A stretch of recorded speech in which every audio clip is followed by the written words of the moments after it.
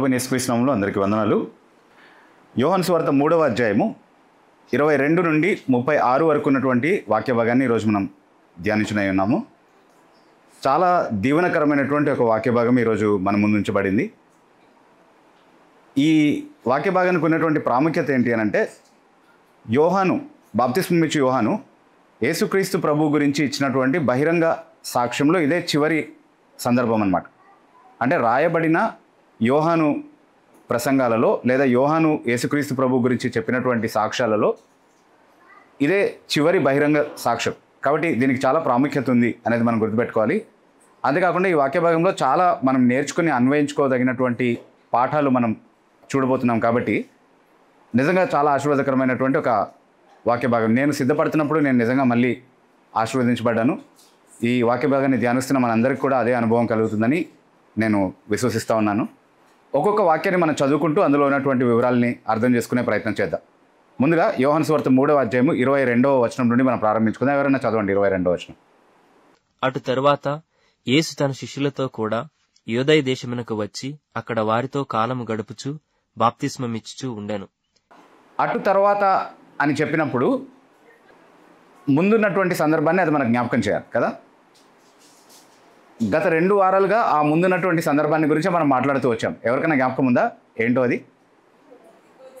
నికోదేముతో యేసుక్రీస్తు ప్రభు సంభాషించినటువంటి ఆ సందర్భాన్ని గురించి మనం మాట్లాడుకున్నాం. ఆ మొదటి 21 వచనాల వరకు కూడా యేసుక్రీస్తు ప్రభు మరియు నికోదేముకు మధ్యలో జరిగినటువంటి ఆ సంభాషణ, అందులోంచి చాలా విషయాలు మనము గత 2 వారాలుగా మనం ధ్యానిస్తూ వచ్చాం కదా. సో ఆ సంఘటన అయిపోయిన తర్వాత యేసుక్రీస్తు ప్రభు యూదయ ప్రాంతంలోనికి తన శిష్యులతో పాటు వచ్చినట్టుగా మనం చదువుతా ఉన్నాం. సరే, మరి అయితే నికోదేముతో సంభాషణ ఏ ప్రాంతంలో జరిగింది? జ్ఞాపకం ఉందా? మందిరం ఎక్కడుంది? యెరూషలేములో ఉంది కదా. అంటే యేసుక్రీస్తు ప్రభు మందిరంలో గొప్ప అద్భుతాలు సూచక్రియలు చేసిన తర్వాత దాన్ని బట్టి ప్రభావితమై ఆకర్షించబడినటువంటి వారిలో నికోదేము ఒకరు. కాబట్టి యేసు ప్రభు దగ్గరికి ఆ రాత్రే వచ్చి మాట్లాడినట్టుగా మనం చూస్తున్నాం. ఆ సంఘటన తర్వాత యేసుక్రీస్తు ప్రభు ఎక్కడికి వచ్చాడు అని చదువుతున్నాం మనం? యూదయలోకి వచ్చాడని చదువుతున్నాం కదా. కానీ ఒక చిన్న సమస్య ఉంది, జాగ్రత్తగా అర్థం చేసుకునే ప్రయత్నం చేయండి. యెరూషలేం ఎక్కడుంది? యెరూషలేం యూదయలోనే ఉంది కదా, అవునా? యూదయ దేశానికి రాజధాని యెరూషలేం వాస్తవానికి కదా. యెరూషలేం పట్టణమే యూదయ దేశానికి రాజధాని. వాస్తవానికి ఆ యూదయ దేశము మధ్యలో ఉండేటటువంటి పట్టణం అన్నమాట యెరూషలేం అనేది. సో యెరూషలేంలో యేసుక్రీస్తు ప్రభు నికోదేముతో సంభాషిస్తే ఆ తర్వాత ఆయన యూదయలోకి వచ్చాడు అని ఎందుకు చెప్తున్నారు? అంటే అదేదో ఢిల్లీ నుంచి ఇండియాకి వచ్చారు అన్నట్టుగా లేదా? అలా ఎందుకు రాశారంటారు?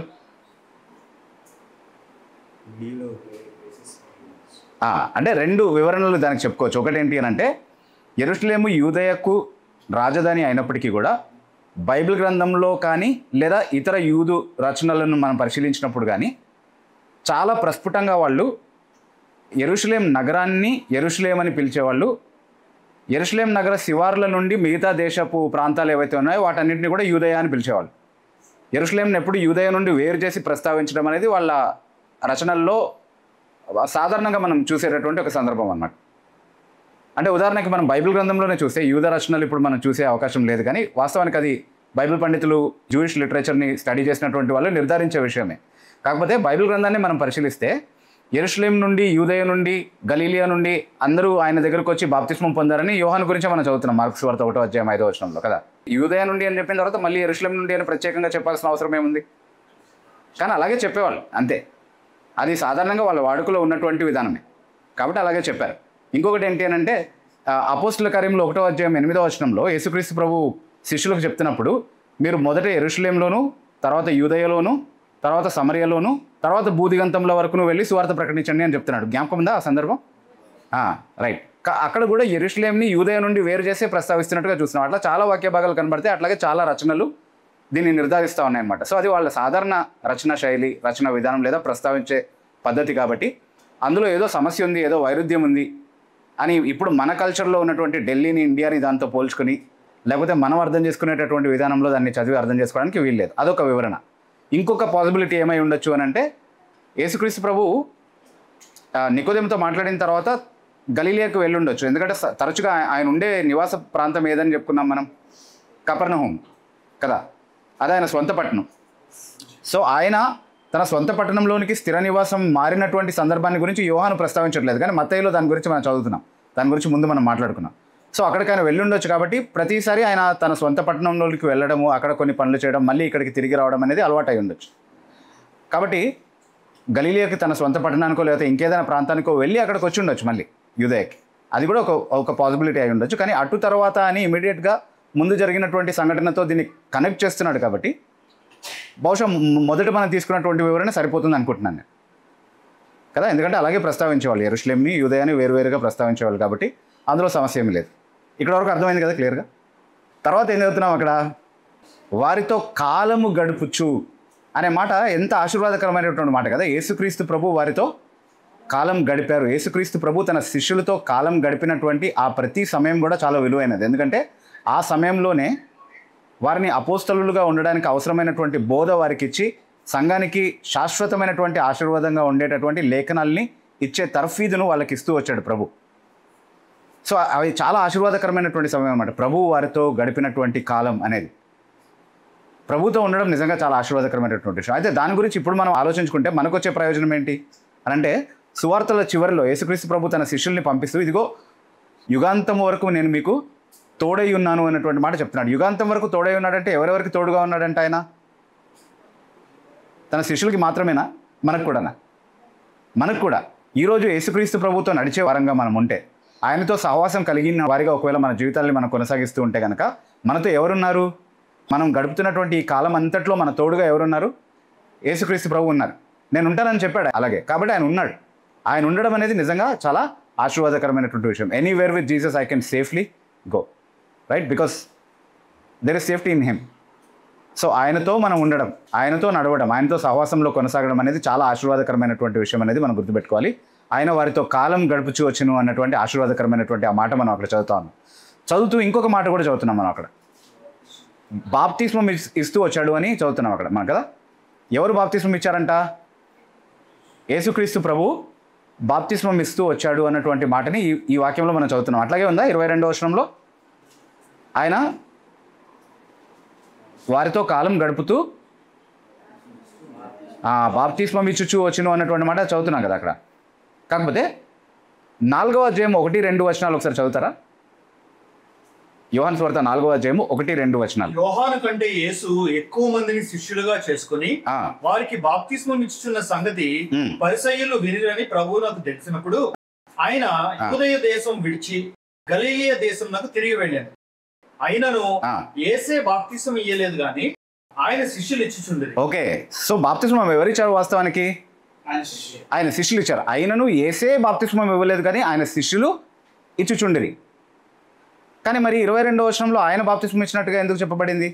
1వ వచనంలో కూడా, 4వ అధ్యాయం 1వ వచనంలో కూడా ఆయన బాప్తిస్మం ఇస్తున్నాడన్న సంగతి పరిసయ్యులకు తెలిసిందని, ప్రభువుకు తెలిసిందన్న మాట చదువుతున్నాం కదా అక్కడ. సో ఆయనే బాప్తిస్మం ఇస్తున్నట్టుగా ఎందుకు చదువుతున్నాం మనం? దాన్ని బట్టి చాలా స్పష్టంగా మనం ఏం అర్థం చేసుకుంటున్నాము అంటే, యేసుక్రీస్తు ప్రభు శిష్యులు చేసినా సరే ఆయన పక్షంగా, ఆయన ప్రతినిధులుగా వాళ్ళు చేసినటువంటి కార్యాలని ఆయనే చేసినట్టుగా లేఖనాలు గుర్తిస్తున్నాయి అని అర్థం చేసుకుంటాం. అవునా? బాప్తిస్మం ఇచ్చింది ఎవరు? వాస్తవానికి శిష్యులు. కానీ ఎవరిచ్చారని లేఖనాలు దాన్ని గుర్తిస్తున్నాయి? యేసుక్రీస్తే. అంటే యేసుక్రీస్తు ప్రభు తన పరిచారకుల ద్వారా, తన సేవకుల ద్వారా ఏ కార్యాన్ని అయితే నియమించి జరిగిస్తున్నాడో అది అప్పుడైనా ఇప్పుడైనా ఆయనే చేస్తున్నటువంటి కార్యంగా లేఖనాలు గుర్తిస్తున్నాయి అన్నటువంటి గొప్ప పాఠాన్ని మనం గమనించాలి. ఈరోజు వాక్య పరిచర్య ఆయన బోధకుల ద్వారా ఆయన చేస్తున్నాడేమో. ఈరోజు సంఘంలో మనం ఆచరించేటటువంటి ఆచారాలు, ఆయనే నియమించినటువంటి బాప్తిస్మం కావచ్చు, లేకపోతే బల్ల తీసుకునే ఆచారం కావచ్చు, ఇంకా ప్రభు సంఘంలో నియమించినటువంటి ఏ కార్యమైనా సరే అది ఆయన ప్రతినిధుల ద్వారా, ఆయన సేవకులైనటువంటి వారి ద్వారా జరిగించే కార్యాలు అయి ఉండొచ్చు. కానీ వాటిని లేఖనాలు ఎలా పిలుస్తున్నాయి, ఎలా చూస్తున్నాయి? అవి స్వయంగా యేసుక్రీస్తు ప్రభువే జరిగిస్తున్నటువంటి కార్యాలుగా లేఖనాలు గుర్తిస్తూ ఉన్నాయి. కాబట్టి లేఖనము యేసుక్రీస్తు ప్రభు చేస్తున్నటువంటి కార్యంగా దేన్ని పిలిచింది అని అంటే, ఆయన ప్రతినిధులు, ఆయన పరిచారకులు, ఆయన పక్షంగా చేసిన ప్రతి కార్యాన్ని ఆయనే చేస్తున్నట్టుగా చూసింది అనేది మనం గమనించినప్పుడు మనం అన్వయించుకోవడానికి ఎన్ని గొప్ప పాఠాలు అక్కడ ఉన్నాయో ఒకసారి ఆలోచించండి. అంటే ఈరోజు ఏదో ఒక పరిచారకుని సేవ కింద మనం కూర్చోట్లేదు. నిజంగా మనకు వాక్య బోధ చేసేది ప్రభు, ఆయన ప్రతినిధి ద్వారా చేస్తుండొచ్చు, కానీ అది చేసేది ఆయనే అన్నటువంటి పాఠాన్ని లేఖనాలు మనకు నేర్పిస్తూ ఉన్నాయి. ఈరోజు సంఘం స్థాపించబడిన తర్వాత నుంచి సంఘంలో ప్రతి ఆత్మ చేర్చబడడానికి ఏదో ఒక మనిషి సాధనాన్ని ప్రభు వాడుకున్నాడు కదా, ఏదో ఒక మనిషిని సాధనంగా వాడుకున్నాడు, ఉపకరణంగా వాడుకున్నాడు. కానీ ఆ సంఘాన్ని నిజంగా స్థాపించింది ఎవరు, లేకపోతే ఈరోజు కూడా సంఘంలో ఆత్మలను చేర్చేది ఎవరు? ప్రభువే కదా. అలాగే వారి ఆత్మలకు మేలు కలిగే విధంగా సంఘంలో జరిగించేటటువంటి ప్రతి పరిచర్య కూడా జరిగించేది ఆయనే. సంఘంలో ఉన్నటువంటి మంచి విత్తనమును పోలినటువంటి దేవుని రాజ్య సంబంధాలను గురించి మాట్లాడుతూ మంచి విత్తనమును విత్తినవాడు మనుష్య కుమారుడు అని అంటున్నాడు. అంటే ప్రతిసారి యేసుక్రీస్తు ప్రభువే వచ్చి ప్రతి వ్యక్తిని సంఘంలో నాటేటటువంటి పని వ్యక్తిగతంగా చేస్తున్నాడా అంటే అలాగే చేస్తున్నాడనే లేఖనాలు చెప్తా ఉన్నాయి.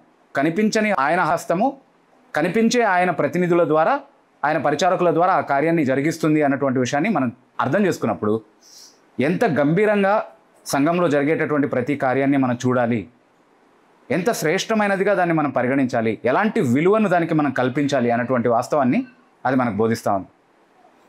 Do you see what I'm saying? అర్థమవుతుందా నేనేం చెప్తున్నాను?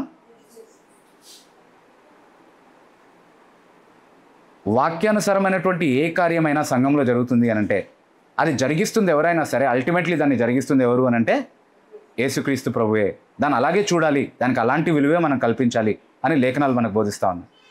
అయితే బోధకుడే కదా దేవుణ్ణి అక్కడ పరిచయం చేస్తుంది లేదా దేవుణ్ణి మనకి ప్రజెంట్ చేస్తుంది అన్నటువంటిది వాస్తవమే. కాకపోతే దాని గురించి కూడా మనం 2 కొరింథీ పత్రిక 5వ అధ్యాయం 20వ వచనంలో ఏం చదువుతున్నాము? దేవుడే మా ద్వారా వేడుకుంటున్నట్టుగా క్రీస్తు పక్షంగా, క్రీస్తు రాయబారులుగా దేవునితో సమాధాన పడమని మిమ్మల్ని మేము అర్థిస్తున్నాం, వేడుకుంటున్నామని అపోస్తలులు అంటున్నారు కదా.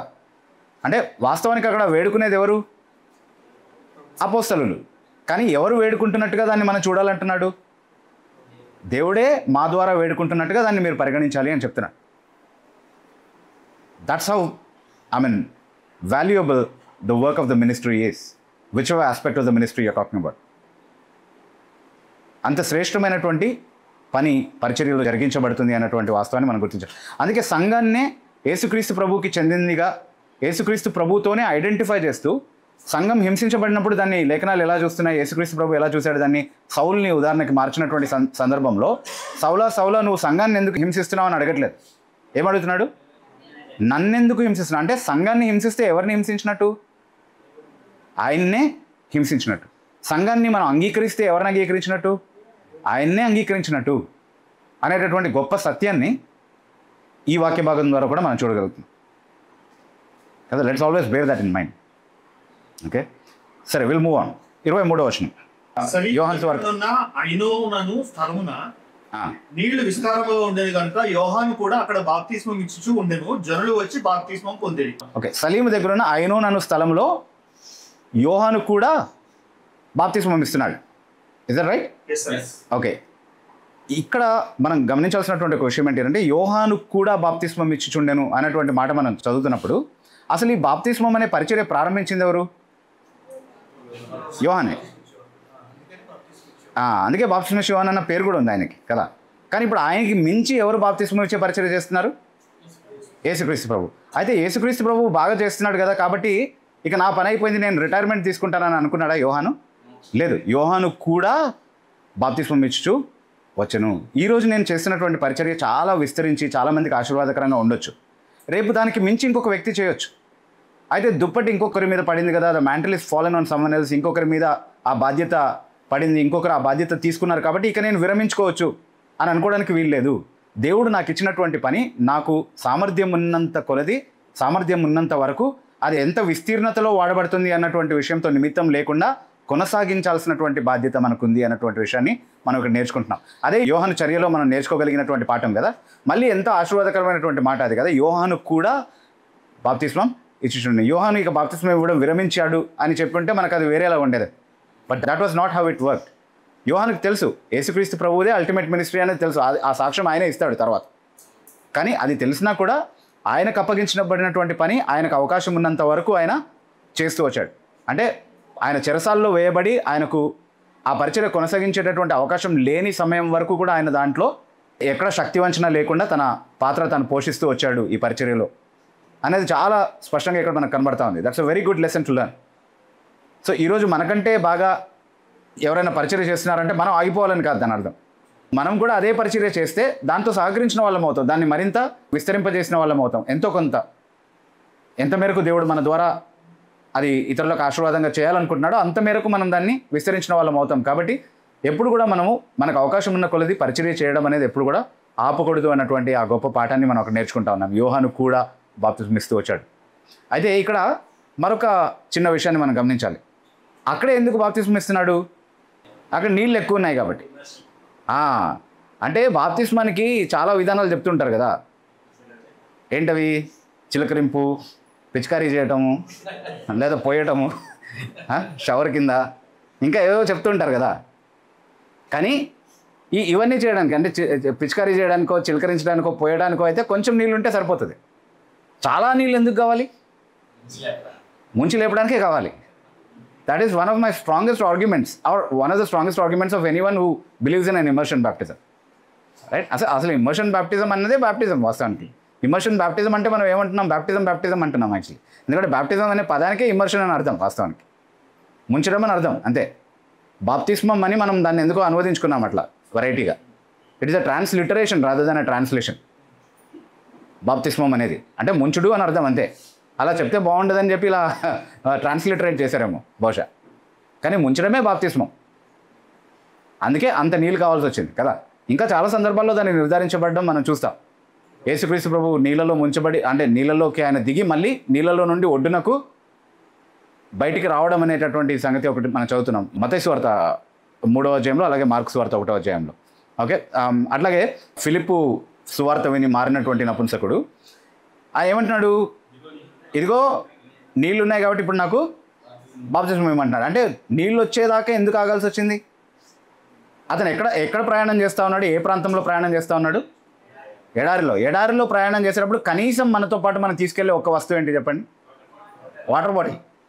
నేను ఇదే చెప్తే ఒకళ్ళు ఏమన్నారంటే, ఆ కాలంలో వాటర్ బాటిల్ ఉండవండి అన్నారు.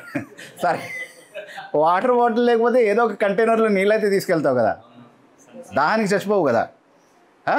సో అలాంటప్పుడు దాంట్లోంచి ఒక 2 చుక్కలు నీళ్ళు తల మీద పోయడానికి చాలా నీళ్ళు కనబడాల్సిన అవసరం ఏమొచ్చింది కదా. కాబట్టి ముంచి బాప్తిస్మం ఇవ్వడమే బైబిల్లో మనం చదివేటటువంటి విధానం. అది చేయడం మంచిది కాదు, అది చేయడం వాక్యానుసారం కాదు, అదేదో సాతాను బోధ అన్నట్టుగా చూసేటటువంటి వాళ్ళు నిజంగా ఈ విషయాన్ని ఆలోచించాలి. యేసుక్రీస్తు ప్రభు అట్లాగే బాప్తిస్మం తీసుకున్నారు. యోహాన్ అట్లాగే బాప్తిస్మం ఇచ్చాడు. యేసు ప్రభు శిష్యులు ఎవరికైనా బాప్తిస్మం ఇచ్చినప్పుడు అట్లాగే ఇచ్చారు. మేము అదే పాటిస్తున్నారా బాబు అంటే, కాదు, మీరు అలా చేయకూడదు, ఎందుకంటే మాకు చిలకరించడమే ఇష్టం, లేకపోతే మాకు పిచికారీ చేయడమే ఇష్టం, ఇట్లాంటివన్నీ చెప్తారు.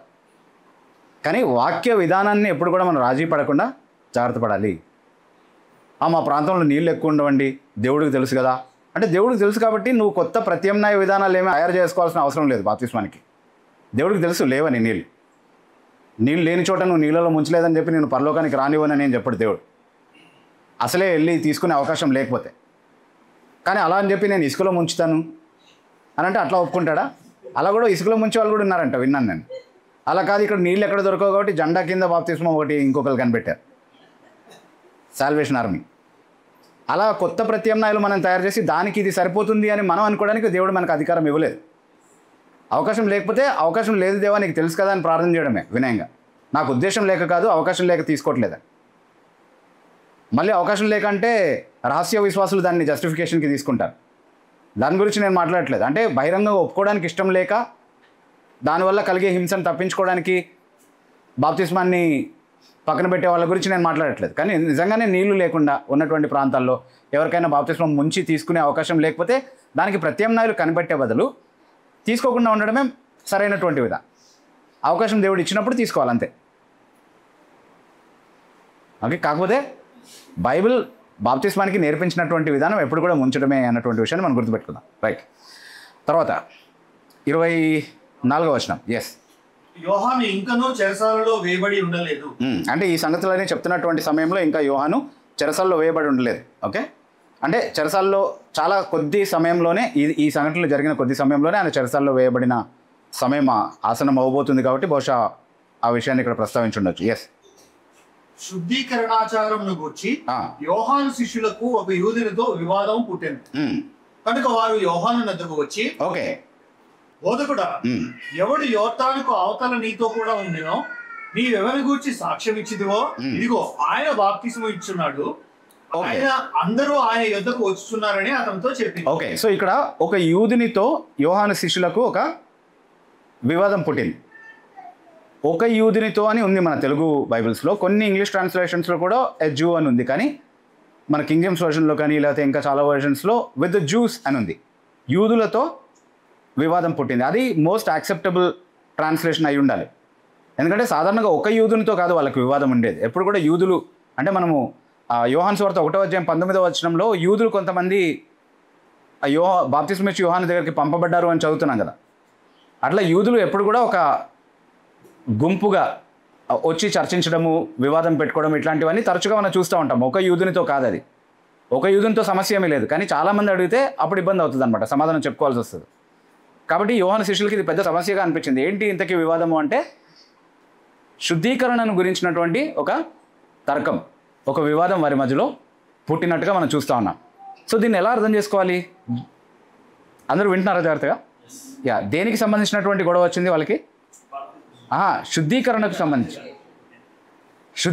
సంబంధించినటువంటి గొడవ ఏంటి, ఏమై ఉండొచ్చు? అది అక్కడ దాని గురించినటువంటి వివరాలు ఏమీ చెప్పబడలేదు మనకి కదా, ఏమై ఉండొచ్చు అనేది దాన్ని ఏం డిఫైన్ చేయట్లేదు. కానీ వాళ్ళు వచ్చి ఆ నేపథ్యంలో యోహానుతో చెప్పినటువంటి మాటల వెలుగులో మనం కొంతవరకు ఇది ఏమై ఉండొచ్చో అంచనా వేసే అవకాశం ఉంది. ఏమంటున్నారు? యోర్దాను అవతల నీతో పాటు ఉన్నటువంటి వ్యక్తి ఎవరైతే ఉన్నారో, ఎవరి గురించి అయితే నువ్వు సాక్ష్యం ఇచ్చావో, అంటే ఎవరి గురించి అంటున్నాడు? యేసు ప్రభు గురించి. ఎవరి గురించి అయితే నువ్వు సాక్ష్యం ఇచ్చావో ఆయన అవతల బాప్తిస్మం ఇస్తున్నారో అందరూ ఆయన దగ్గరికి వెళ్తున్నారు అని అడుగుతున్నారు. సో అది శుద్ధీకరణ గురించి తలెత్తినటువంటి ప్రశ్న వెనుకాల ఉన్నటువంటి నేపథ్యం అనమాట. సో దాన్ని బట్టి మనం ఏం అర్థం చేసుకోవాలి అంటే, ఇప్పుడు బాప్తిస్మం ఇచ్చి యోహాను బాప్తిస్మం ఇవ్వడం ప్రారంభించినప్పుడు యూదులు దాన్ని అంగీకరించారా? పరిసయ్యులు, శాస్త్రులు అంగీకరించారా? అంగీకరించలేదు కదా. అయితే బాప్తిస్మం ఇచ్చేటటువంటి ఈ క్రియని శుద్ధీకరణ క్రియగా వాళ్ళు చూశారు. ఎందుకు? యోహాను కూడా దాన్ని అట్లాగే పిలిచాడు కదా, మారు మనస్సు నిమిత్తమై పాపములను విసర్జిస్తూ పొందాల్సినటువంటి బాప్తిస్మంగా దాన్ని పిలిచాడు కదా. అంటే మారు మనసు ఫలములను మీరు ఫలించండి అంటే పాపముల నుండి మీరు శుద్ధీకరించబడడానికి బహిరంగ చిహ్నంగా దాన్ని యోహాను పరిచయం చేస్తూ వచ్చాడు. నిజంగా మారు మనసు ఉన్నటువంటి వాళ్ళు, నిజంగా వారి పాపాలని కడిగి వేసుకుని దేవునిలో కొనసాగాలనుకున్నటువంటి వారు తీసుకోవాల్సినటువంటి ఒక ఆచారంగా దాన్ని పరిచయం చేశాడు. అట్లాగే కదా దేవుని మార్గాన్ని అతను సరళం చేసింది, సిద్ధపరిచింది. ఓకే, అయితే అది శుద్ధీకరణ ఆచారంగానే ఆయన పరిచయం చేశాడు దాన్ని. అయితే యూదుల వివాదం ఏంటి అంటే, మీ గురువు ఎవరైతే ఉన్నారో లేదా మీ నాయకుడు ఎవరైతే ఉన్నారో యోహాను, అంటే శిష్యులతో కదా ఇది వచ్చింది వివాదం. మీ నాయకుడు ఎవరైతే ఉన్నారో ఆయన పరిచయం చేసినటువంటి బాప్తిస్మంలో శుద్ధీకరణ లేదు. మేము తరతరాలుగా ఆచరిస్తూ వచ్చినటువంటి శుద్ధీకరణ ఆచారాలు ఉన్నాయి కదా మావి, ధర్మశాస్త్రోక్తమైనవి కావచ్చు, లేకపోతే మా రబ్బీలు తయారు చేసి ఇచ్చినటువంటి విధానాలు కావచ్చు, వాటి ద్వారానే నిజమైనటువంటి శుద్ధీకరణ వస్తుంది అన్నటువంటి వివాదం వాళ్ళ మధ్యలో ఎప్పుడూ ఉంది. అంటే దానికి పోటీగా ఇది నిలబడింది అనేది వాళ్ళు అర్థం చేసుకున్నారు. అంటే ఇప్పుడు మేము సాంప్రదాయంగా పాటిస్తూ వచ్చినటువంటి శుద్ధీకరణ విధానాలు కాకుండా కొత్తగా బాప్తిస్మం అనేటటువంటి ఒక శుద్ధీకరణ విధానాన్ని పట్టుకొని వచ్చేటువంటి మీ నాయకుడు, మీ యజమాని, మీ బోధకుడు అనే వివాదం ఎప్పుడూ ఉండుండొచ్చు వాళ్ళ మధ్యలో.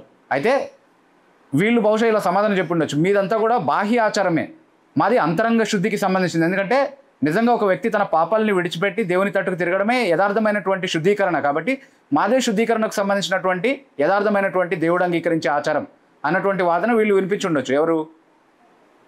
యోహాను శిష్యులు కదా. అక్కడ వరకు సరిపోయింది అది. కానీ ఇప్పుడు సమస్య ఏమొచ్చింది అని అంటే, యోహాను ఎవరి గురించి అయితే సాక్ష్యం ఇచ్చాడో, ఈయన నాకంటే గొప్పవాడు, ఈయన పరిశుద్ధాత్మలో బాప్తిస్మం ఇస్తారు, ఇట్లాంటివన్నీ కూడా సాక్ష్యం ఇచ్చాడు కదా. ఇదిగో లోకపాపం మోసుకుని పో దేవుని గొర్రెపిల్ల అని చాలా మంచి మాటలు చెప్పి ఎవరినైతే పరిచయం చేశాడో ఆ వ్యక్తే బాప్తిస్మం ఇవ్వడం ప్రారంభించినప్పుడు పరిశీలకి మళ్ళీ ఒక పాయింట్ దొరికిందనమాట అక్కడ గొడవ పెట్టుకోవడానికి. ఇప్పుడు బహుశా ఇలా అడుగుతుండొచ్చు వాళ్ళు వచ్చి, మొన్నటి వరకు మీ నాయకుడు ఇచ్చినటువంటి బాప్తిస్మం ద్వారా శుద్ధీకరణ ఉందని చెప్పుకున్నారు కదా మీరు, ఇప్పుడు ఆయనే ఆమోదించినటువంటి ఆ వ్యక్తి కూడా బాప్తిస్మం ఇస్తున్నాడు, మరి మీ నాయకుడు ఇస్తూ వచ్చినటువంటి బాప్తిస్మం పరిపూర్ణమైనది అయి ఉంటే కనుక, అది నిజంగా శుద్ధీకరణకు దోహదపడింది అయితే, చాలినది అయితే కనుక దాంతో ఎందుకు సరిపెట్టుకోవట్లేదు? ఆయన కూడా ఎందుకు బాప్తిస్మం ఇస్తున్నాడు? లేకపోతే ఆయన ఇచ్చేదే, ఇప్పుడు నాకంటే గొప్పవాడు ఆయన నేను చెప్పేశాడు కాబట్టి ఆయన ఇచ్చేదే సరైనటువంటి బాప్తిస్మం, నేను ఇప్పటివరకు ఇచ్చింది చెల్లదని ఒప్పుకోమనండి మీ నాయకుడిని. ఇంతకీ నిజంగా ఈ రెండిట్లో శుద్ధీకరించేది ఏది? నువ్వు ఇచ్చే బాప్తిస్మం లేకపోతే నువ్వు సాక్ష్యం ఇచ్చినటువంటి ఆ వ్యక్తి ఇచ్చే బాప్తిస్మమా? ఏది నిజంగా చెల్లే బాప్తిస్మం? ఏది నిజంగా అంగీకారమైనటువంటి బాప్తిస్మం? ఏది నిజంగా శుద్ధీకరించేటటువంటి బాప్తిస్మం అది తెలుసుకొని ఫస్ట్ మాకు చెప్పండి, అలా కాకపోతే తిరిగి మా సాంప్రదాయాల్లోనికి తిరిగి రండి, ఇక్కడే నిజమైనటువంటి ఆచారం ఉందని అందుకే మేము మొదటి నుంచి చెప్తుంది అన్న గొడవ తీసుకొని వచ్చి ఉండాలి బహుశా. ఇదంతా ఎక్కడి నుంచి చదివాను నేను, ఎక్కడి నుంచి తీసుకున్నాను నేను? అలా ఏం లేదు కదా అక్కడ. We are speaking by inference that could have been what happened. ఎందుకంటే అలా వాళ్ళ మధ్యలో శుద్ధీకరణకు సంబంధించినటువంటి ఒక గొడవ వస్తే దాన్ని యోహాను దగ్గరికి పరిష్కారానికి తీసుకొచ్చినప్పుడు ఏమని ప్రస్తావిస్తున్నారు, ఎలా మాట్లాడుతున్నారు? ఇదిగో మాకు వాళ్ళకి మధ్యలో ఒక గొడవ వచ్చిందని మాట్లాడట్లేదు. నువ్వు ఎవరి గురించి అయితే సాక్ష్యం ఇచ్చావో ఆయన కూడా బాప్తిస్మం ఇస్తున్నాడు, ఏంటి సంగతి అని అడుగుతున్నారు. మరి అందరూ ఆయన దగ్గరికి వెళ్ళిపోతున్నారు, మరి ఓకేనా అని అడుగుతున్నాడు శిష్యులు. ఇక్కడ శిష్యులకు కూడా కొంత రోషం కలిగింది యోహాను పక్షంగా అనేది మనకు అర్థమవుతుంది కదా. అంటే అది ఎప్పుడు ఉండేదే కదా, that jealousy because of the love for the leader that we have been following. ఇలాంటి ఇంకొక సందర్భం మనకు లేఖనాల్లో కనబడుతుంది, జ్ఞాపకం ఉందా? పాలెంలో ఎల్దాదు మేదాదు ప్రవచిస్తున్నారు అని చూసినప్పుడు యెహోషువ వచ్చి మోషే దగ్గరకు వచ్చి ఏమన్నాడు, వాళ్ళని అలా చేయకుండా ఆపమన్నాడు, ఫోర్బిడ్ దెమ్. వాళ్ళని అలా పాలెంలో ప్రవచించకుండా నిషేధించమని అన్నాడు. అప్పుడు మోషే ఏమన్నాడు, మీకు నా కారణంగా రోషం కలిగిందా? నేనైతే వీళ్ళు మాత్రమే కాదు, దేవుని ప్రజలు అందరూ కూడా దేవుని ఆత్మను కలిగి ఉండి దేవుని ప్రవక్తలుగా ఉండాలని నేను ఆశిస్తున్నానని ఒక ప్రార్థన రూపేణ ఆ మాటలు చెప్పినట్టుగా మనం చూస్తూ ఉన్నాం కదా. సో ఇట్లాంటి ఆలోచన కలగడం అనేది యెహోషువతో, అంటే మోషేతో ఉండినటువంటి యెహోషువకి అలాంటి ఆలోచన కలిగింది అని అంటే యోహానుతో ఉన్నటువంటి యోహాను శిష్యులకు కూడా అలాంటి రోషం కలగడం అనేది సహజమే కదా. మనం ఏ వ్యక్తితో ఉంటున్నామో, ఏ వ్యక్తితో ఎక్కువ సన్నిహితంగా ఉంటామో ఆ వ్యక్తి స్థానం ఇంకొకళ్ళు తీసేసుకుంటున్నారు అని అన్నప్పుడు మనకు సహజంగా ఎలాంటి ఈర్ష లేకపోతే రోషం కలుగుతుందో, ఎలాంటి భావోద్రేకాలు కలుగుతాయో మనలో, అదే వారిలో కూడా కలిగి ఉండాలి. Right? You understand the point? Right. So కానీ దానికి యోహాను ఇచ్చినటువంటి సమాధానం నిజంగా అందరినీ ఆలోచింపజేసేటటువంటి సమాధానం. ఆయన సమాధానం చెప్పినటువంటి విధానం ఏదైతే ఉందో that was really very gracious కదా, and something that we have to learn from. వీళ్ళ ఈర్షలో ఇంకొక ఆస్పెక్ట్ కూడా ఏమై ఉండొచ్చు అని అంటే, ఇప్పుడు బాప్తిస్మం ఇచ్చే యోహాను ఆ అవతల బాప్తిస్మం ఇచ్చేటటువంటి ఆయన గురించి మా నాయకుడు ఎన్నో మంచి మాటలు మాట్లాడాడు కదా. దాన్నే ప్రయోజనంగా తీసుకొని మా యజమాని స్థానాన్ని ఆయన ఆక్రమించేసుకుంటాడా అన్న ఆలోచన అయి ఉండొచ్చు వాళ్ళ మనసులో ఉన్నది కదా. సో అలాంటి తలంపుతో వచ్చారన్నమాట. కానీ దాన్ని యోహాను ఏ విధంగా దానికి స్పందిస్తున్నాడు అనేది ఒకసారి ఆలోచిస్తే నిజంగా చాలా ఆశీర్వాదకరమైనటువంటి ఒక సమాధానం యోహాను చెప్తున్నట్టుగా మనం చూస్తూ ఉన్నాం. అది 27వ వచనం నుండి మనం చదువుతాం. ఒకసారి 27వ వచనం మనం చదువుతాం. అందుకు యోహాను ఇట్లనెను, తనకు పరలోకము నుండి అనుగ్రహింపబడితేనే గాని ఎవడును ఏమీ పొందనేరడు. తనకు పరలోకం నుండి అనుగ్రహింపబడితే గాని ఎవరు ఏది పొందడు. మొట్టమొదట తన సమాధానంలో దేవుని యొక్క హస్తాన్ని, దేవుని యొక్క సార్వభౌమ అధికారాన్ని యోహాను ఒప్పుకుంటున్నాడు. యోహాను ఏమంటున్నాడంటే, నేను ఇప్పటి వరకు ఏదైనా చేస్తూ వచ్చానంటే ఎలా చేయగలిగాను? అది దేవుడు అనుగ్రహిస్తేనే చేశాను. ఏ ఆశీర్వాదకరమైన పరిచర్య అయినా ఎవరైనా చేయాలంటే అది ఎక్కడి నుంచి అనుగ్రహించబడి ఉండాలి? పరలోకం నుండే అనుగ్రహించబడి ఉండాలి. సో ఈరోజు ఆయన ఆ పని చేస్తున్నాడంటే, లేదా దానికి మించి చేస్తున్నాడంటే ఎలా చేయగలుగుతున్నాడు? అది ఆయనకు కూడా అది అనుగ్రహింపబడింది. కాబట్టి దాన్ని బట్టి మనం ఈర్షపడాల్సిన విషయమో, అది రోషము తెచ్చుకోవాల్సినటువంటి విషయమో కాదు. అది దేవుని నుండి వచ్చేటటువంటి ఒక క్రియగా దాన్ని మనం గుర్తించాలి, దాన్ని ఆమోదించాలి. ఎందుకంటే దేవుడే ఆ కార్యాన్ని చేస్తున్నాడు, లేకపోతే అంత ఆశీర్వాదకరంగా అది కొనసాగుండేది కాదు అనేటటువంటి చాలా మంచి సమాధానాన్ని అక్కడ యోహాను చెప్తున్నట్టుగా మనం చూస్తూ ఉన్నాం. అది చెప్తూ ఎందుకు యేసుక్రీస్తు ప్రభువే ఎక్కువగా హెచ్చించబడాలి, ఎందుకు ఆయన చేస్తున్నటువంటి పనే వర్ధిల్లాలి, ఎందుకు అదే అందరికీ ఆశీర్వాదంగా నిలవాలి అని తన శిష్యులకు నేర్పించడం కోసం తనకు యేసుక్రీస్తు ప్రభువుకి మధ్యలో 7 ముఖ్యమైనటువంటి తారతమ్యాల్ని యోహాను చూపిస్తున్నట్టుగా మనం చూస్తాం తర్వాత ఉన్నటువంటి వాక్య భాగాలు. 7 clear contrasts between himself and Jesus. బాప్తిస్మం ఇచ్చే యోహానికి యేసుక్రీస్తు ప్రభువుకి మధ్యలో ఉన్నటువంటి 7 వేరు వ్యత్యాసాలని యోహాను చూపిస్తూ ఈ కారణాలని బట్టి యేసుక్రీస్తు ప్రభువే దీనికి అర్హుడు, నేను కాదు అన్నటువంటి విషయాన్ని తన శిష్యులకి చాలా ఖచ్చితంగా ఖండితంగా నేర్పిస్తూ ఉన్నాడు. అవేంటో ఒక్కొక్కటిగా మనం గమనించే ప్రయత్నం చేద్దాం. మొదట ఈ 27వ వచనంలో పరలోకం నుండి అనుగ్రహించబడి ఉంటేనే తప్ప ఎవరు ఏది పొందలేరు. సో నేను పొందినదేదో పరలోకం నుండే పొందిన ఆధిక్యత అని చెప్తూ యేసుక్రీస్తు ప్రభు గురించి అయితే ఏమంటున్నాడు చూడండి. 35వ వచనంలో యేసుక్రీస్తు ప్రభు పొందిన వాటి గురించి ఏమంటున్నాడు? తండ్రి కుమారుని ప్రేమిస్తున్నాడు గనుక ఆయన చేతికి సమస్తము అప్పగించి ఉన్నాడు. తండ్రి కుమారుడిని ప్రేమిస్తున్నాడు గనుక ఆయన చేతికి సమస్తమును అర్పించి ఉన్నాడు. నేను పొందినదేదో పరలోకం నుండే పొందాను.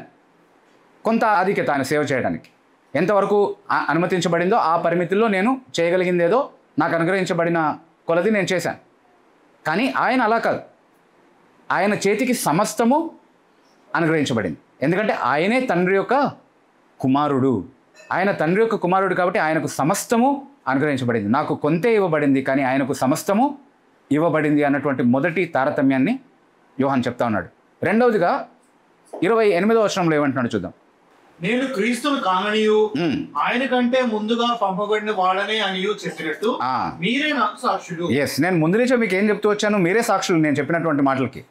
నేనే అంతా చేసేస్తాను, నేనే క్రీస్తుని, లేఖనాలన్నిటి నెరవేర్పుని నేనే, కాబట్టి నేను ఈ పరిచర్య ప్రారంభించానని మొదటి నుంచి ఎప్పుడైనా చెప్పానా? చెప్పలేదు కదా. మొదటి నుంచి నేను ఇచ్చిన క్లారిటీ ఏంటి? నేను కేవలం అరణ్యంలో కేక వేయు అని స్వరం మాత్రమే, ప్రభువు మార్గాన్ని సిద్ధపరచడానికి పంపబడినటువంటి ఆగమన దూతని మాత్రమే, ప్రభువుకు ముందుగా పంపబడినటువంటి సేవకుడిని నేను. కానీ ప్రభు ఆయన క్రీస్తు. సో రెండవ తారతమ్యం ఏంటి అంటే ఆయన క్రీస్తు, నేను క్రీస్తు కాదు, నేను కేవలం క్రీస్తుకు ఆగమన దూతని మాత్రమే. I'm just the four runner of Christ but he is the Christ అన్నది రెండవ సాక్ష్యం. మూడవదిగా ఏమంటున్నాడు చూడండి 29వ వచనంలో. పెండ్లి కుమార్తె గలవాడు పెండ్లి కుమారుడు, అయితే నిలువబడి పెండ్లి కుమారుని స్వరము వినువాడు నీ స్నేహితుడు, ఆ పెండ్లి కుమారుని స్వరము విని మిక్కిలి సంతోషించెను. ఓకే, ఇక్కడ క్రీస్తు పెళ్లి కుమారుడు, సంఘము ఆయన వధువు, అట్లాంటి ఆలోచన అయి ఉండకపోవచ్చు అది. ఎందుకంటే యోహానుకు ఆ ప్రత్యక్షత అప్పటి వరకు ఉందో లేదో మనకు తెలియదు. అంటే అది ప్రకటన గ్రంథంలోనే ప్రత్యేకంగా ఆ విధంగా వర్ణించబడినటువంటి ఒక వర్ణన మాత్రమే, అలంకారం మాత్రమే అది కదా. ఇక్కడ కూడా ఒక అలంకారాన్ని వాడుతున్నాడు కానీ వేరే ఉద్దేశంతో వాడుతున్నాడు. అంటే ఇప్పుడు యూదుల వివాహ పద్ధతిని గురించి మనం ఒకసారి అర్థం చేసుకుంటే, పెళ్లి కుమారుడితో పాటు పెళ్లి కుమారుడి స్నేహితుడు ఒక ఆయన ఉండేవాడు. ఆయన అక్కడ ఉండడంలో ఉద్దేశం ఏంటి? పెళ్లి కుమార్తె రాగానే ఆమెను తీసుకుని వెళ్ళిపోవాలనా? పెళ్లి కుమార్తె ఎవరికి చెందింది? ఎవరికి చెందాలి? వధువు పెళ్లి కుమారుడికే చెందాలి. కానీ మరి ఆయన అక్కడేం చేస్తున్నాడు పెళ్లి కుమారుడితో అంటే ఆ వివాహానికి అవసరమైనదంతా కూడా సక్రమంగా జరిగేలాగా, ఏ ఆటంకాలు లేకుండా వివాహం సక్రమంగా జరిగి పెళ్లి కుమారుడు ఆ వధువుని తీసుకునేంత వరకు తానుండి సహకరించాలి. అదంతా కూడా విజయవంతంగా జరిగినప్పుడు తాను అది చూసి అది విని సంతోషిస్తాడు. దానికోసం ఆయన అక్కడ ఉన్నాడు. అంతేగాని ఆయనే ఆ పెళ్లి కుమార్తెని కైవశం చేసుకోవాలన్న ఉద్దేశంతో కాదు అక్కడ ఉన్నది. నా పాత్ర కూడా అంతవరకే అని చెప్తున్నాడు. ఆయన పెళ్లి కుమారుడు, ఆయనకే వధువు చెందింది. అంటే ప్రజలందరూ ఆయన దగ్గరికి వెళ్తున్నారని ఫిర్యాదు చేశారు కదా వీళ్ళు. ప్రజలందరూ వెళ్ళాల్సింది ఆయన దగ్గరికి రా బాబు, నా దగ్గరికి కాదు, నేను కూడా ఆయన దగ్గరికి పంపించడానికే వచ్చాను ప్రజలందరినీ. కాబట్టి సరైన వ్యక్తి దగ్గరికే వాళ్ళు వెళ్తున్నారు. ఆ వార్త విని నేను సంతోషిస్తున్నాను. కాబట్టి అలంకారంగా ఇక్కడ చెప్తున్నది ఏంటి అంటే యోహాను ఆయనే పెళ్లి కుమారుడు, వధువు కలిగినటువంటి పెళ్లి కుమారుడు ఆయనే. నేను కేవలం ఆయనకు స్నేహితుడిగా ఉండి ఆయనతో సహకరించడానికి మాత్రమే వచ్చినటువంటి సహకారిని అన్నటువంటి విషయాన్ని చెప్తా ఉన్నాడు. అది మూడవ తారతమ్యంగా మనం ఒకటి చూస్తా ఉన్నాం. సరే, 30వ వచనం. ఆయన హెచ్చవలసి ఉన్నది, నేను తగ్గవలసి ఉన్నది. ఆయన హెచ్చవలసి ఉన్నది, నేను తగ్గవలసి ఉన్నది. He must increase and I must decrease. Always remember that by heart. అంతే ఉంది కదా 30వ వచనం, అంతేనా? మెమరీ వర్స్ ఈరోజు కోసం. He must increase, I must decrease. Who is the he? Jesus Christ. Who is the I? And each of us. ఆ వైఖరి మనకుంటే నిజంగా మన క్రైస్తవులం కదా. అంటే మనం చేసే ప్రతిదీ కూడా క్రీస్తు హెచ్చించబడడం కోసం. మనం చేసేదంతా చేసి మనం మరుగై ఆయన మహిమ మాత్రమే కనబడాలన్నటువంటి ఉద్దేశంతో చేసే ప్రతిదీ కూడా క్రీస్తు పరిచర్య. అందుకే ఆయన వైపుకే ప్రజలను ఆకర్షించే ప్రయత్నం చేశాడు తప్ప ఎప్పుడు తన వైపుకి ఆకర్షించుకునే ప్రయత్నం చేయలేదు. ఇదిగో లోక పాపమును మోసుకొని పోవు దేవుని గొర్రెపిల్ల. ఆయన్నే హెచ్చించాడు ఎప్పుడు కూడా. ఈరోజు పరిచారకులు కూడా నేర్చుకోవాల్సినటువంటి పాఠం అదే. నేను చాలా చేశాను కాబట్టి నన్ను చూడాలి, నన్ను గుర్తించాలి,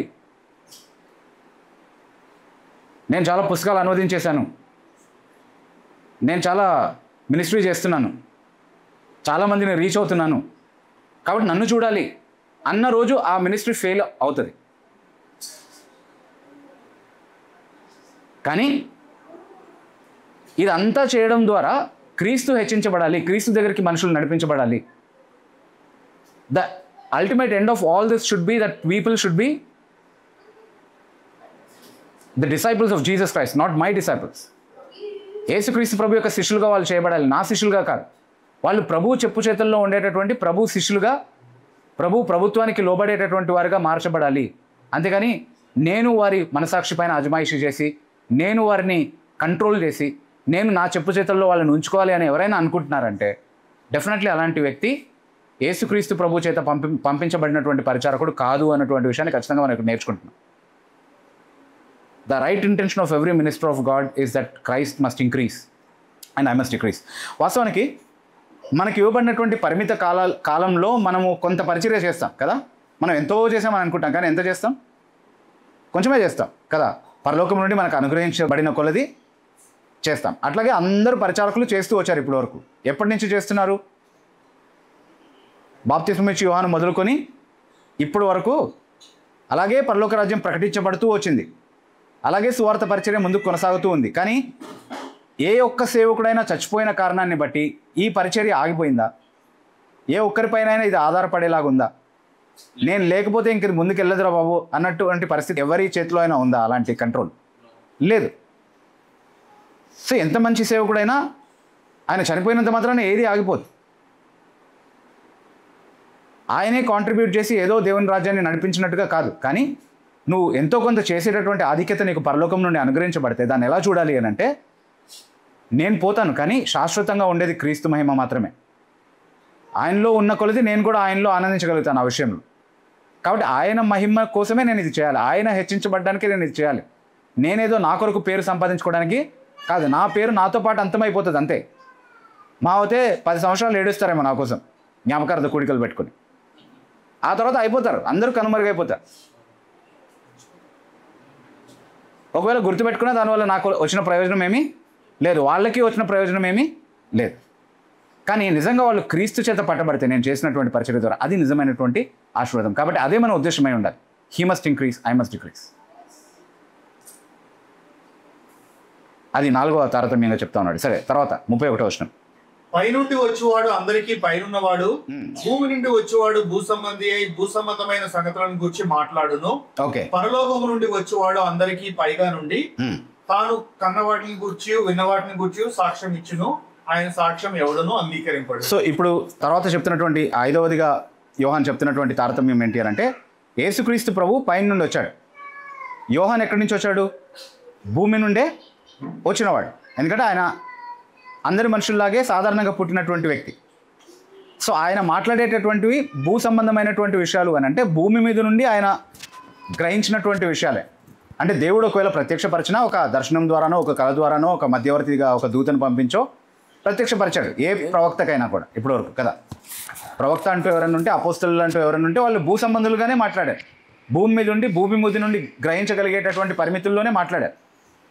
కానీ నేరుగా పరలోకంలోనే ఉండి తాను కన్న వాటిని, చూసిన వాటిని, విన్న వాటిని వచ్చి యథాతథంగా తన సొంత జ్ఞానంగా ప్రకటించగలిగినటువంటి వ్యక్తి అంటూ ఎవరైనా ఉన్నారంటే అది కేవలం యేసుక్రీస్తు ప్రభువే. కాబట్టి ఆయన పైనుండి దిగొచ్చినటువంటి, ఆయన తన సొంత జ్ఞానం నుండి మాట్లాడినటువంటి వ్యక్తి కాగా మిగతా వాళ్ళందరూ, యోహానుతో సహా మిగతా వాళ్ళందరూ కూడా భూ సంబంధులే, భూమి మీద నుండి సాక్ష్యం ఇచ్చినటువంటి వాళ్ళే దేవుని గురించి.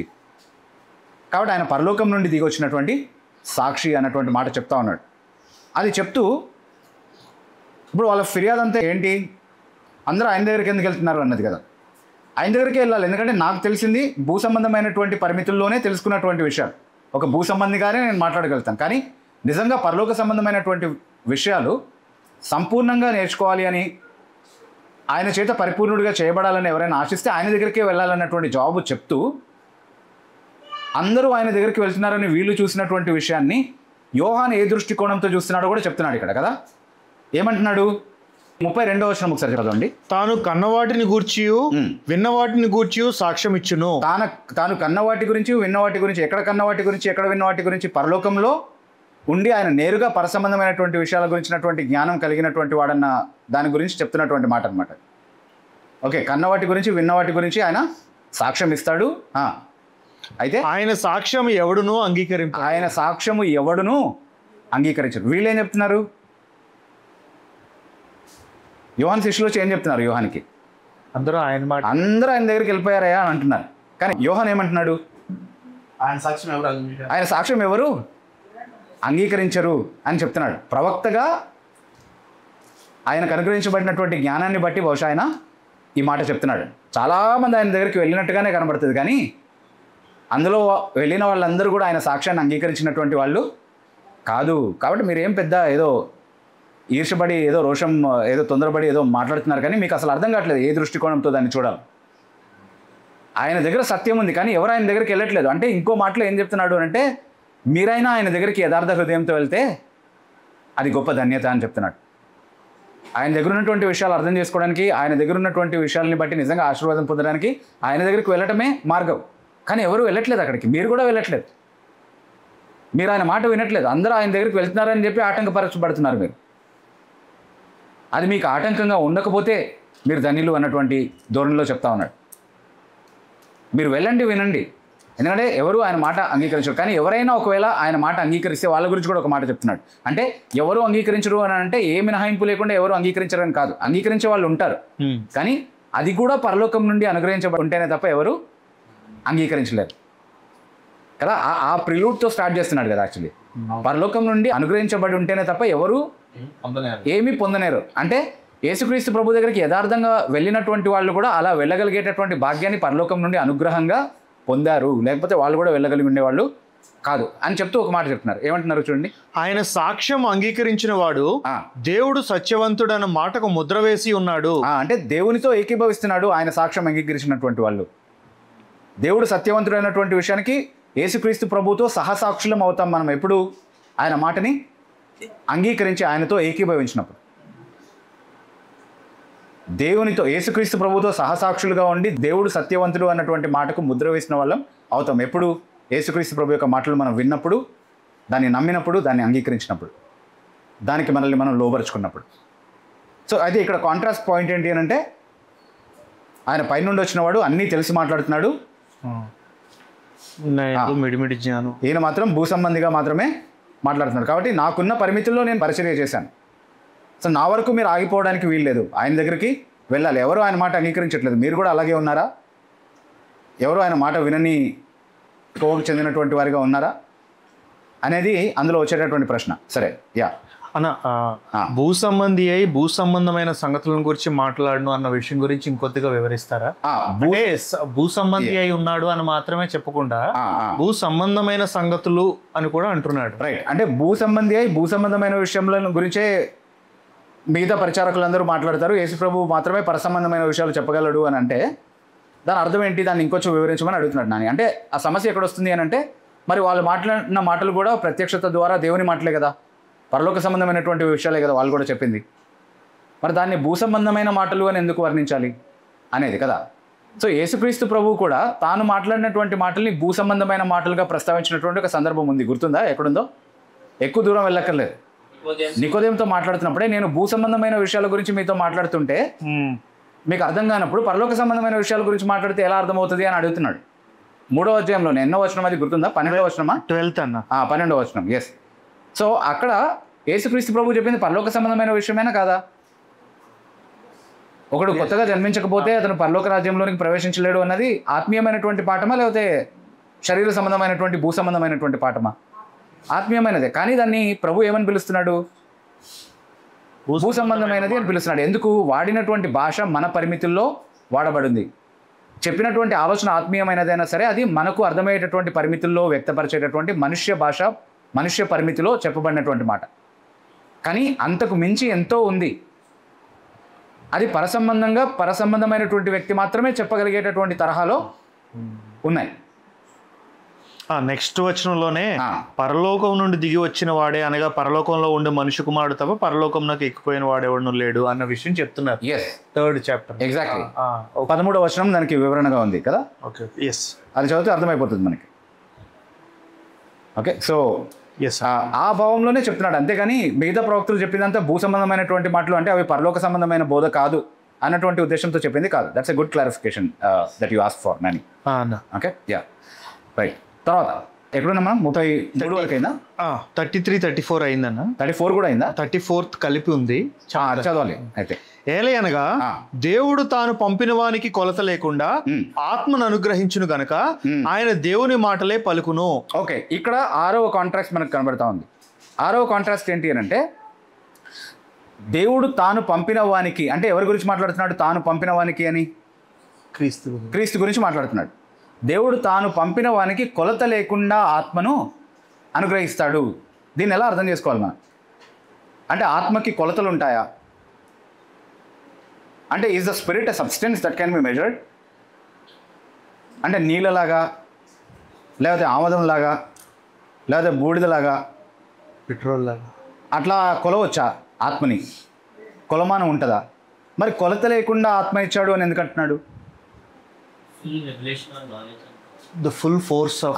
ముందే ఏం చెప్తున్నాడు? పరలోక సంబంధమైన విషయాలన్నీ కూడా ఆయనకే తెలుసు అని చెప్తున్నాడు. సో అది దేవుని సంపూర్ణ ప్రత్యక్షత కలిగి ఉండేటటువంటి దైవాత్మ సామర్థ్యాన్ని గురించి మాట్లాడుతుండొచ్చు. అంతేకాకుండా అన్ని వరాల సంపూర్ణత సమృద్ధిగా యేసుక్రీస్తు ప్రభువులో ఉంది. కానీ అలా ఏ మనిషిలో ఉండదు కదా. అందరికీ ఒక పరిమితితో ఒక సామర్థ్యము, ఒక వరము అనుగ్రహించబడుతుంది. ఇప్పుడు మనం 1 కొరింథీ పత్రిక 12వ అధ్యాయంలో సంఘంలో ఉన్నటువంటి వారందరికీ పరిశుద్ధాత్మ కొంత సామర్థ్యాలని, కొంత వరాలని పంచి ఇస్తున్నట్టుగా మనం చూస్తున్నాం. అంతేనా? అంటే ఒక్కొక్కళ్ళు ఒక్కొక్క పని మాత్రమే చేసే సామర్థ్యాన్ని, అది కూడా కొంత మేరకు మాత్రమే పరిశుద్ధాత్మ అనుగ్రహిస్తున్నాడు. సంఘ క్షేమాభివృద్ధికి ఎంత అవసరమో అంత మేరకే ఇస్తున్నాడు. కానీ యేసుక్రీస్తు ప్రభువుకి అనుగ్రహించబడినటువంటి ఆత్మ ఎలా అనుగ్రహించబడ్డాడు అని అంటే, అన్ని వరాల సంపూర్ణత సమృద్ధిగా ఆయనలో నివసించే విధంగా పరిశుద్ధాత్మ ఆయనకు అనుగ్రహించబడ్డాడు అనమాట. అంటే ఏదో ఒక్క వరానికి మాత్రమే పరిమితమయ్యే విధంగా కాకుండా, ఏ కొలత లేకుండా, ఏ పరిమితులు లేకుండా సంపూర్ణంగా సమృద్ధిగా పరిశుద్ధాత్మ ఆయన ద్వారా అన్ని కార్యాలు చేయడానికి గల సామర్థ్యాన్ని యేసుక్రీస్తు ప్రభువుకి అనుగ్రహించాడు అన్నటువంటి మాట చెప్తా ఉన్నాడు. That is a contrast between Jesus and John and Jesus and all other ministers also. ఆ తారతమ్యము యేసుక్రీస్తు ప్రభువుకి, యోహానికి మాత్రమే కాదు, యేసుక్రీస్తు ప్రభువుకి మిగతా పరిచారకులకి అందరికీ కూడా ఉన్నటువంటి వర్తించేటటువంటి తారతమ్యం. నాకు ఇంకొంతమందికి కౌంటర్ ఇవ్వబోయి ఫినిహాస్ ఒకసారి అన్నాడు కదా, యేసు ప్రభు ఎప్పుడు భాషల్లో మాట్లాడలేదు అని. దానికి నేను అడిగిన ప్రశ్న ఏంటంటే, ఈ వచనం బైబిల్లో ఎక్కడైనా ఉందా అని. అది ఆయన ప్రశ్నే. యేసు ప్రభు ఎప్పుడు భాషల్లో మాట్లాడలేదని బైబిల్లో ఉందా ఎక్కడైనా? చూపించండి. అంటే ఏదైనా బైబిల్లో ఉండాలనేది ఆయనే పెట్టుకున్న రూల్ అనమాట. సో ఎక్కడ లేదు యేసు ప్రభు భాషల్లో మాట్లాడలేదని. అవసరమైతే మాట్లాడే సామర్థ్యం ఉండిందా లేదా అన్నది ప్రశ్న. అన్ని వరాల సంపూర్ణత సమృద్ధిగా ఆయనలో ఉంది కాబట్టి ఏ కొలత లేకుండా ఆయనకు పరిశుద్ధాత్మ అనుగ్రహించబడ్డాడు అన్నటువంటి మాట ఉన్నప్పుడు ఏది ఆయనకు అసాధ్యం కాదు. అంటే ఆయన చచ్చిపోయిన వాళ్ళని లేపుతాడంట, కానీ భాషల్లో మాట్లాడలేడు. బట్ పాయింట్ మనకు అర్థమైంది కదా. He has all the gifts and the fullness there of in all perfection. And in that sense, the Spirit is given to him without measure. Not in some limitation as he is given to us. Okay? సరే, so అది 6వ తారతమ్యంగా మనం చూస్తున్నాం. 7వది తర్వాత continuation చదివితే, తండ్రి కుమారుని ప్రేమించుచున్నాడు గనుక ఆయన చేతికి సమస్తము అప్పగించి ఉన్నాడు. ఓకే, కుమారుని యందు విశ్వాసముంచు వాడే నిత్య జీవం గలవాడు. సో యేసుక్రీస్తు ప్రభు గురించి ఆయన చెప్తున్నటువంటి సాక్ష్యం ఏంటి అని అంటే, యేసుక్రీస్తు ప్రభు తండ్రి యొక్క కుమారుడు. ఆయనే వాస్తవానికి అద్వితీయ కుమారుడు అని బైబిల్ చెప్తుంది. అంటే ఆయన లాంటి కుమారుడు ఇంకొకరు లేరు. అంటే తనకు తారతమ్యంగా ఆయన ఏం చెప్పుకుంటున్నాడు అంటే, అందరూ ఆయన దగ్గరికి ఎందుకు వెళ్తున్నారంటే ఆయనే తండ్రి యొక్క కుమారుడు, నేను కేవలం సేవకుడిని మాత్రమే. He is the son but I'm just a servant. ఆయన కుమారుడు, నేను కేవలం సేవకుడిని మాత్రమే అని చెప్తా ఉన్నాడు. అయితే మరి యోహాను కుమారుడు కాదా దేవుడికి? యేసుక్రీస్తునందు దేవునికి ఆయన కుమారుడు కాదా అంటే, యేసుక్రీస్తునందు దేవునికి కుమారుడు. కానీ యేసుక్రీస్తులాగా ఆయనకు స్వయంగా కుమారత్వం ఉందా? దేవునితో ఆ సంబంధం ఉందా? లేదు. మనందరం కూడా దేవుని కుమారులమే. కానీ మనకు ఆ కుమారత్వం ఎలా అనుగ్రహించబడింది?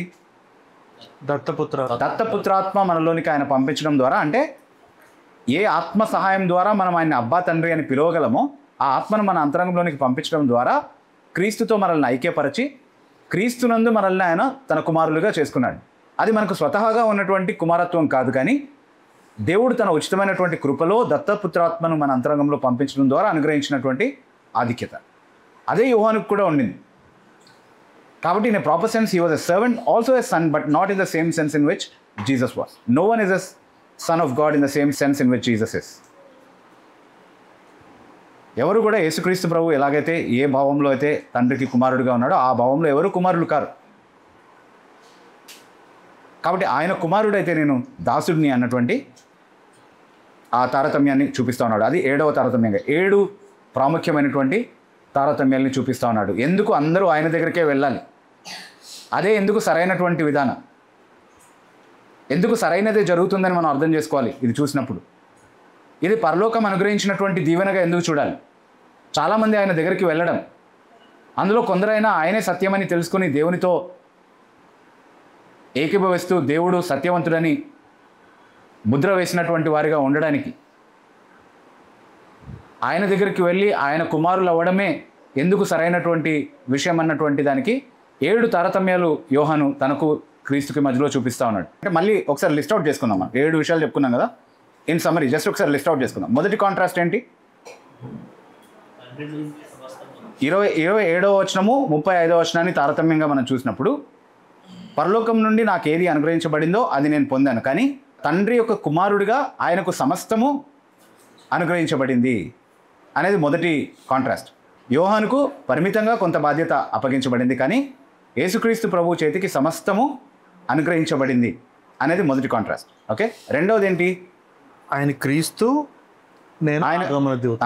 ఆయన క్రీస్తు, ఆయన మెస్సియా, నేను మెస్సియాకు ఆగమన దూతని మాత్రమే. మెస్సియాకు మార్గం సిద్ధపరచడానికి వచ్చినటువంటి అరణ్యంలో కేకవేయు అని స్వరం మాత్రమే అన్నటువంటి విషయాన్ని చెప్తా ఉన్నాడు. మూడవది ఆయన పెళ్లి కుమారుడు, ఆయన పెళ్లి కుమారుడు, నేను స్నేహితుడిని, నేను పెళ్లి కుమారుని సహాయకుడిని మాత్రమే, స్నేహితుడిని మాత్రమే. కాబట్టి పెళ్లి కుమారుడికి స్నేహితుడిగా వధువు పెళ్లి కుమారునికి అప్పగించబడడం చూసి సంతోషించేటటువంటి వాడిని, వధువును అపహరించడానికి వచ్చిన వాడిని కాదు నేను. కాబట్టి వధువు ఆయన దగ్గరికి వెళ్తున్నప్పుడు వరుని స్నేహితుడిలాగా నేను సంతోషిస్తానే తప్ప దాని విషయంలో ఈర్షపడను నేను అని చెప్తున్నాడు. సో ఆయనే వరుడు, నేను వరుని సహాయకుడిని స్నేహితుడిని మాత్రమే అని చెప్తున్నాడు. ఎస్, ఆయన హెచ్చింపబడాలి, నేను తగ్గి. 4వది మన మెమరీ వర్స్ ఏంటది? ఉన్నది నేను హెచ్చవలసి ఉన్నది, నేను తగ్గవలసి ఉన్నది. He must increase and I must decrease. That must be the axiom of our life. That must be the motive with which we live. Yes. 5వది ఆయన పైన పరలోకం నుంచి, ఆయన పరలోకం నుండి వచ్చిన వాడు కాబట్టి ఆయన కన్న వాటిని విన్న వాటిని చెప్తాడు. మనం భూ సంబంధులు, పరిచారకులందరూ కూడా యోహానుతో సహా. కాబట్టి మనం భూ సంబంధులుగానే భూ సంబంధమైనటువంటి పరిమితుల్లోనే ఏదైనా చెప్తాం. కానీ ఆయన పరలోకం నుండి వచ్చిన వాడు కాబట్టి నేరుగా కన్న వాటిని విన్న వాటిని సాక్ష్యం ఇవ్వగలిగే సామర్థ్యం ఆయనకు మాత్రమే ఉంది. ఆ సంపూర్ణ జ్ఞానం ఆయన దగ్గర మాత్రమే ఉంది అనేది 5వ తారతమ్యం. 6వది ఆయనకు అంటే కొలత లేకుండా ఆత్మ, ఆయనకు కొలత లేకుండా ఆత్మను ఇచ్చాడు. అంటే అన్ని వరాల సంపూర్ణత సమృద్ధిగా ఆయనకు అనుగ్రహించబడితే ఉన్న వరాలన్నింటిలో ఏవో కొన్ని లేకపోతే ఏదో ఒకటి మాత్రమే మిగతా పరిచారకులందరికీ కూడా అనుగ్రహించబడుతుంది. కాబట్టి ఆ శ్రేష్టత, ఆ గొప్పతనం ఆయనకి మాత్రమే చెందింది. కొలత లేకుండా పరిశుద్ధాత్మను కలిగి ఉండడం, పరిశుద్ధాత్మ ద్వారా జరిగించే అన్ని కార్యాలు చేయగలిగేటటువంటి సామర్థ్యం ఆయనకు మాత్రమే చెందింది. ఎస్, అది 6వ తారతమ్యం. 7వదిగా ఆయన కుమారుడు, నేను దాసుడిని. ఈ 7 తారతమ్యాలు చెప్పిన తర్వాత యోహాన్ ఏమంటున్నాడంటే హెచ్చరికగా ఒక మాట చెప్తా ఉన్నాడు 36వ వచనంలో. కుమారుని యందు విశ్వాసం ఉంచువాడే నిత్య జీవం గలవాడు. నీకు నిత్య జీవం కావాలంటే నా దగ్గరికి కాదు రావాల్సింది, ఎందుకంటే నేను నిత్య జీవం ఇవ్వలేను. నిత్య జీవం ఇచ్చేవాడిని మాత్రమే చూపించగలుగుతా. వాళ్ళందరూ వెళ్తున్నారని నా దగ్గరకు వచ్చి ఏడవడం కాదు. నీకు కూడా నిత్య జీవం కావాలంటే ఆయన దగ్గరికే వెళ్ళాలి. ఎస్, ఒకవేళ వెళ్ళకపోతే ఏం జరుగుతుంది? కుమారునికి విధేయుడు కానివాడు జీవం చూడడు కానీ దేవుని ఉగ్రత వాని మీద నిలిచి ఉండును. ఆయన దగ్గరికి వెళ్ళడం కాదు, ఆయనకి విధేయుడు అవ్వాలి. వెళ్తే మాత్రమే సరిపోదు. You have to submit to him. That is not the one on whom you would feel jealous against. Watch out. If you will not submit to him, you will be destroyed. ఆయన్ని చూసి ఈర్షపడాల్సినటువంటి వ్యక్తి కాదు మీరు. ఆయనకు వ్యతిరేకంగా రోషం తెచ్చుకోవాల్సినటువంటి వ్యక్తి కాదు ఆయన. ఆయనకు లోబరుచుకోకపోతే మిమ్మల్ని మీరు నాశనం అవుతారని చెప్తున్నాడు. అంత బలమైనటువంటి సాక్ష్యము యోహాను తాను చెరసాల్లో వేయబడే కంటే ముందు యేసుక్రీస్తు ప్రభు గురించి ఇచ్చినట్టుగా మనం చూస్తాం. సో ఈ వాక్య భాగాన్ని మనం చదువుతున్నప్పుడు యోహాను ఏ ఉద్దేశంతో పరిచర్య చేశాడో అదే ఉద్దేశంతో జీవించగలిగేటటువంటి కృపను మనం దేవుని నుండి కోరుకుందాం. యేసుక్రీస్తు ప్రభువుని మాత్రమే కనపరచాలని, యేసుక్రీస్తు ప్రభువుని మాత్రమే ఘనపరచాలని, యేసుక్రీస్తు ప్రభువుని మాత్రమే తన పరిచర్య ద్వారా ప్రజలు చూడాలన్నటువంటి ఆ ఉద్దేశం ఏదైతే కలిగి ఉన్నాడో అది మనం కూడా కలిగి ఉన్నామా లేదా అనేది మనం ఆలోచిద్దాం. యోహాను ఏ సందేశాన్ని ప్రకటించాడో ఆ సందేశాన్ని మనం మర్చిపోకుండా జాగ్రత్త పడదాం. మన సందేశంలో, మన ఉపదేశంలో ఎప్పుడు కూడా ఉండాల్సినటువంటి అంశం ఏంటి అంటే, థీమ్ ఏంటి అని అంటే, యేసుక్రీస్తు ప్రభువునందు విశ్వసిస్తే నిత్య జీవము, ఆయనకు లోబరుచుకోకపోతే, ఆయనకు విధేయుడివి కాకపోతే నిత్య నాశనాన్ని కొని తెచ్చుకుంటావు అన్నటువంటి ఆ సందేశము ఎప్పుడు మన సువార్త ప్రకటనలో మరుగు చేయకుండా, దాన్ని ఎప్పుడు తగ్గించకుండా మనం జాగ్రత్త పడాలి. Do not remove the offence of the cross by subsiding this message which is the essential message in the gospel. యేసుక్రీస్తు ప్రభువుకి విధేయుడు అవ్వాలి ఒక వ్యక్తి. అలా అవ్వకపోతే నాశనం, అలా అవుతే నిత్య జీవం అన్నటువంటి ఆ సందేశాన్ని ఎప్పుడు కూడా మనం మరుగు చేయకుండా జాగ్రత్త పడాలి. అయితే ఈ ఉద్దేశము, ఈ సందేశం మనం కలిగి జీవిస్తున్నాము అని అంటే that should indicate that we have submitted ourselves to Christ already, right? ఒకవేళ ఆ ఉద్దేశం మనకుంటే, అదే సందేశానికి మనం సాక్షులుగా ఉంటూ ఉంటే కనుక, ఆయన హెచ్చవలసి ఉన్నది, నేను తగ్గవలసి ఉన్నది అన్నటువంటి వైఖరి మన హృదయంలో ఉండి ఈ సందేశాన్ని ప్రకటిస్తూ ఇదే ఉద్దేశాన్ని కలిగి మనము మన జీవితాల్ని కొనసాగించగలుగుతున్నాము అంటే దాని అర్థం ఏంటి అంటే, మనం ఇదివరకే యేసుక్రీస్తు ప్రభుకి మన జీవితాల్ని లోపరుచుకున్నాము. కానీ ఆ ఉద్దేశం మనకు లేకపోతే, ఆయన దగ్గరికి నిజంగా మనం వచ్చి ఉండకపోతే, మార్మన్స్తో ఆయన ప్రభుత్వానికి మనల్ని మనం లోబరుచుకొని ఉండకపోతే కనుక మనం కేవలం పైకి చెప్పుకునేటటువంటి భక్తులుగా మాత్రమే ఉన్నాం.